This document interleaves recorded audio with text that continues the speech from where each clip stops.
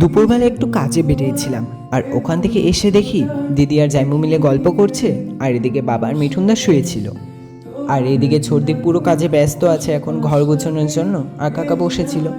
আর মা এখানে রান্না করছে চিংড়ি দিয়ে কাঁঠাল। এই সিজনে নতুন নতুন কাঁঠাল খেতে বেশ ভালোই লাগে। বর্দা আর ওর বন্ধুরা মিলে এনেছিল কাঁঠালটা। আর এদিকে ফুলকপি আর ডাল রান্না করেছিল মা। ফুলকপি কালারটা দেখে না বেশ অবাক হলাম, হলদে রঙের। আর এদিকে মিহিদানা কালারটাও একদম হলদে রঙের, দুটো একদম এক হয়ে গেছে।